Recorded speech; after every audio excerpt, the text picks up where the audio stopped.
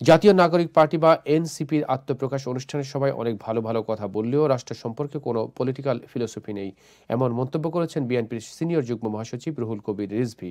শনিবার গণতন্ত্র পুনরুদ্ধার সংগ্রামে বেগম খালেদা জিয়া এবং তারেক রহমানের ত্যাগ ও নেতৃত্ব শীর্ষক আলোচনা সভায় একথা বলেন তিনি।